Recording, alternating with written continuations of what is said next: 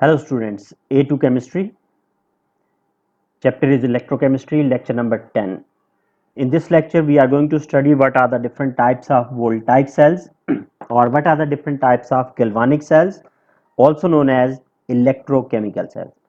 So generally there are 5 different types of voltaic cells in your A2 syllabus, namely dry cell, car battery, that is also known as lead acid accumulator, fuel cell, lithium ion battery, and nickel metal hydride battery.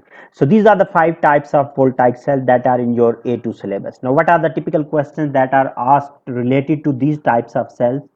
There are 3 typical questions that can be asked. Number 1, you can be asked about the composition of a given type of cell. Number 2, you will be asked to write down chemical equations for the reactions that can take place in these cells. And number 3, what are the relative comparative advantages and disadvantages of these different types of voltaic cells. So these are the 3 typical questions that can be asked in your exams. Let's start with the first type of voltaic cell, and it is dry cell. Now first of all, the common question that I have told you, you can be asked about the composition. If you can memorize the composition of a dry cell appropriately, it would become easy to write down the equations for the reaction that can take place when this cell it is producing electrical energy. So what does composition mean? It means you will have to tell what is anode and cathode made up of, what is the electrolyte used in a given type of cell. So for the dry cell, the anode is made up of zinc metal, and the cathode it is made up of graphite. Anode is the outer covering, outer layer of the cell. It is silver gray in color, that is zinc. In the center of the dry cell, you would have seen a steel cap. Steel cap. Below the steel cap, there is a black rod. That black rod is cathode. That is graphite. Graphite cathode, it is coated with MnO2, manganese 4 oxide, and this manganese 4 oxide it acts as an oxidizing agent. It acts as a depolarizer. So this is the composition of anode and cathode. The electrolyte that is used commonly in the dry cell, it is ammonium chloride paste. It is a white solid, and this white solid it is used as an electrolyte in the form of a paste. So this is the composition of the dry cell. Now whenever we connect 2, 4 or 6 dry cells, they start producing electrical energy by using their chemicals. So what are the chemical reactions that take place whenever dry cell it produces electrical energy? Simply look at the composition, you can easily guess. You can easily write down the reaction equations. At anode always oxidation takes place. So which element will undergo oxidation? Zinc. Zinc metal, when it undergoes oxidation, it is converted into zinc ion. When it undergoes oxidation, it becomes Zn2 plus by the loss of electrons. These two electrons through the external circuit, they reach at the cathode. At the cathode always reduction takes place. And which ion undergoes reduction at the cathode? Look at the electrolyte. Electrolyte is made up of 2 types of ions, positive ammonium ion and negative chloride ion. Positive ammonium ion is electron deficient. So at the cathode always ammonium ion it undergoes reduction, and ammonium ions when they are reduced they produce 2 different gases. One is ammonia gas, other is hydrogen gas. So these are the reaction equations that you can write down at anode and cathode. But what is the problem with these reactions? Look at the second product of the second equation that we have written. The product of the second reaction are gases. Ammonia is a gas, hydrogen is a gas. So if these reactions keep on taking place, what can happen? Internal pressure it can be built up. When internal pressure would build up, what would happen? The cell may explode. That is why we are already having a solution to this problem. To avoid the explosion of the cell, to avoid building up of internal pressure, we are using manganese 4 oxide depolarizer. How the depolarizer it performs its functions? Depolarizer provides oxygen to one of the gas that is having greater affinity for oxygen. It is hydrogen. So depolarizer, it oxidizes hydrogen gas to produce liquid water. So one of the gas, it does not remain gas, rather it is converted into a liquid. What is the advantage of this liquid? This liquid, it has the capacity to dissolve, to react with ammonia. So ammonia, the other gas, it is dissolved into water, liquid water. Ammonia on reaction with water, it produces ammonium ion and hydroxide ion. So these are the two different reactions that are supported by the depolarizer. One purpose of these functions, these reactions, it is to convert gases into other state so that they could not build up internal pressure, to avoid the explosion of the cell. Second added advantage, you can see ammonia, when it is dissolved in liquid water, it produces ammonium ion, and ammonium ion is a part of electrolyte. So you can say that electrolyte, it is partly regenerated. So that is why no need to add more electrolyte into this dry cell, because electrolyte is regenerated due to a reaction of the depolarizer. So these are the reaction equations. Depending on your question in the exam, you if you are asked to write down equations for the reactions only, you are supposed to write down reaction for anode and cathode. But if ever it is asked what is the function of depolarizer, then you are supposed to write down the other two equations, where hydrogen gas becomes liquid water and liquid water dissolves ammonia. Next question that can be asked for 1 or 2 marks: what are the comparative advantages and disadvantages of dry cell when you compare this dry cell with other cell? So you must remember, one advantage of the dry cell, it is lesser in mass, it is smaller in size, so it is easy to carry, it is portable. And other advantage of the dry cell that you can remember, that dry cells compared to the other cells, they are less expensive, they have low cost. So these are some of the advantages that you can remember relative to the other cells the dry cell it has. Compared to this, what are the disadvantages? One of the disadvantage of this dry cell, it is giving low voltage. We cannot do some work at a large scale by using dry cell. So this is one of the disadvantage of the dry cell, that it has low voltage. It produces less electrical energy. And the second disadvantage you can remember, this is a type of dry cell that is not rechargeable. This cannot be recharged. We studied that type of dry cell. There are some other cells that are rechargeable. For example, we will study the fourth and fifth type of voltaic cell that are rechargeable.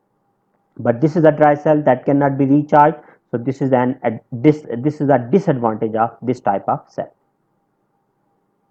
Okay, moving on to the second type of voltaic cell. It is the lead acid accumulator. Commonly it is also known as car battery. This is a cell that is used in the motor vehicles to produce electrical energy. First of all, what you must know, what is the composition of this type of cell? Anode, it is made up of solid lead, Pb metal, and cathode, it is made up of solid lead 4 oxide. There are two oxides of lead 2 oxide and lead 4 oxide, but cathode in this case, it is made up of solid lead 4 oxide. And the electrolyte that we use it is dilute sulfuric acid. So this is the composition of lead acid accumulator or core battery. As I told you, composition is most important because it helps us in writing the chemical equations for the reactions that can take place. One more thing, remember, car battery is a rechargeable setup. So in the exams, you must be very careful whenever you are asked to write down equations. You must look at whether you have been asked to write down equations for the discharge process or for the recharge process. What is discharge process? When chemical energy it is converted into electrical energy. When voltage is generated, it is the discharge process. What is recharge process?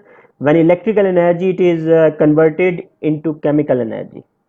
And you must also remember that during recharge process, electrical voltage is consumed.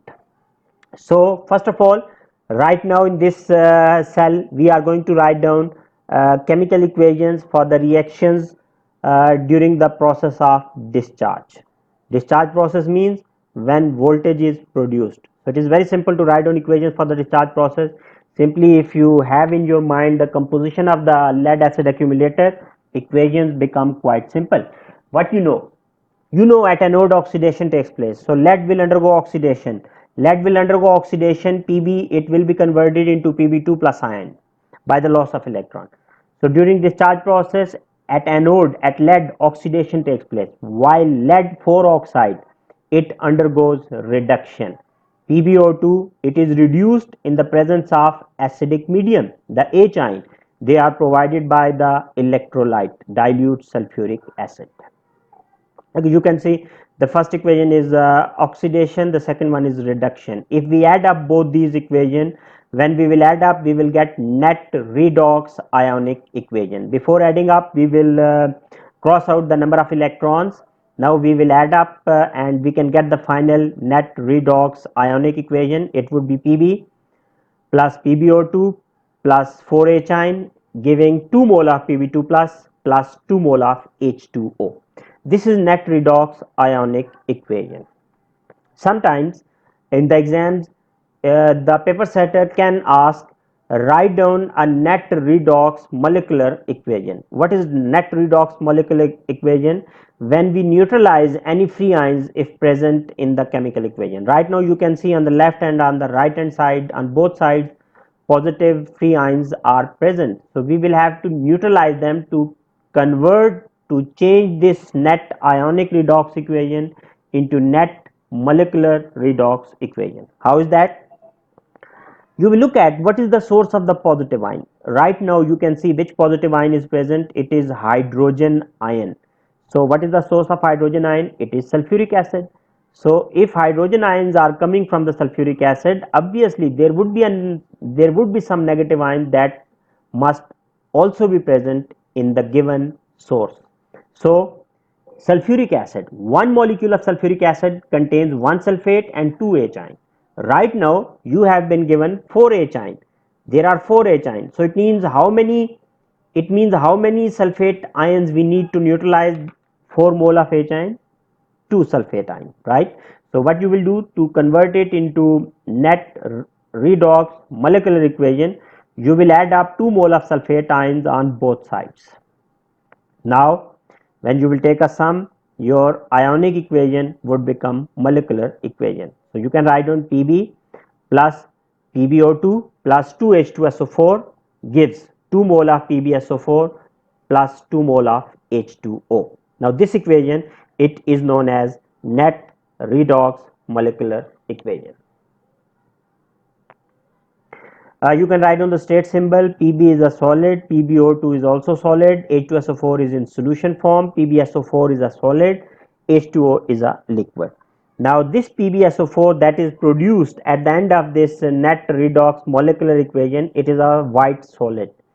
And you would have the experience, if ever you have noticed, whenever we get a car battery overcharged, what happens along the terminal of the battery, you can see some white solid coming out. That white solid that comes out of the battery from the terminal sides, it is PbSO4. So this is the white solid that is precipitated. Why this is precipitated? It is precipitated when the solution within the car battery, it becomes concentrated. So that is why it is always recommended that we must keep the level of the liquid to a certain limit, to a certain position, so that the solution must remain dilute.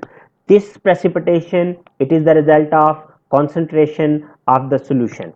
So we must keep on looking at the level of the liquid, and we must keep on adding distilled water so that the solution can be kept diluted, so precipitation could be avoided, or it can be hindered. Okay, what problem this white solid it can do? Whenever this white solid is precipitated, it starts accumulating, it starts depositing on the electrodes. When this white solid it is deposited on the electrodes, their conduction and their conductivity, their ability to show conduction, it starts decreasing. So as a result of which, when the electrodes they become unable to conduct electric charge, the motor vehicle starts getting starting trouble. So that starting trouble can be avoided by either recharging the car battery or by taking out the electrodes and washing them with hot water. So there are two different solutions. Either you will have to take out the electrodes, wash them with hot water, so that this white solid it is washed out. The other way, we will have to recharge the car battery. So what is the process of recharging? Once you know the composition, you can see you have become able to write down equations for the discharge process. If you know the equations for the discharge process, to write down the equations for the recharge process, it is very simple, because during recharge process the direction of the chemical equation it is reversed. You can see the first equation that we wrote, it is oxidation. This lead, during recharge process it starts undergoing reduction, so you will have to reverse equation number 1, that will become reduction. Equation number 2, that is reduction. During recharge process it becomes oxidation, and if you add up both these equations, you will get net redox equation, net redox ionic equation for the recharge process. So simply, if ever you are asked to write down equations for the recharge process, just reverse equation 1, 2 and 3. You will get net redox ionic equation for the recharge process. So all this depends on the composition. If you know the composition very well, you can write down all these equations by yourself, no problem. Okay, last thing that can be asked about the relative advantages and disadvantages that you can remember. Compared to other cell, this is producing high voltage. This can be recharged. This is another advantage of this lead acid accumulator. But what are the disadvantages? It has large size, greater in mass, so it is difficult to carry. Also, this type of cell, it is expensive compared to dry cell. So this is what we have learned in this lecture about two types of cells, dry cell and lead acid accumulator. I hope you would have enjoyed this lecture. Thank you for your time.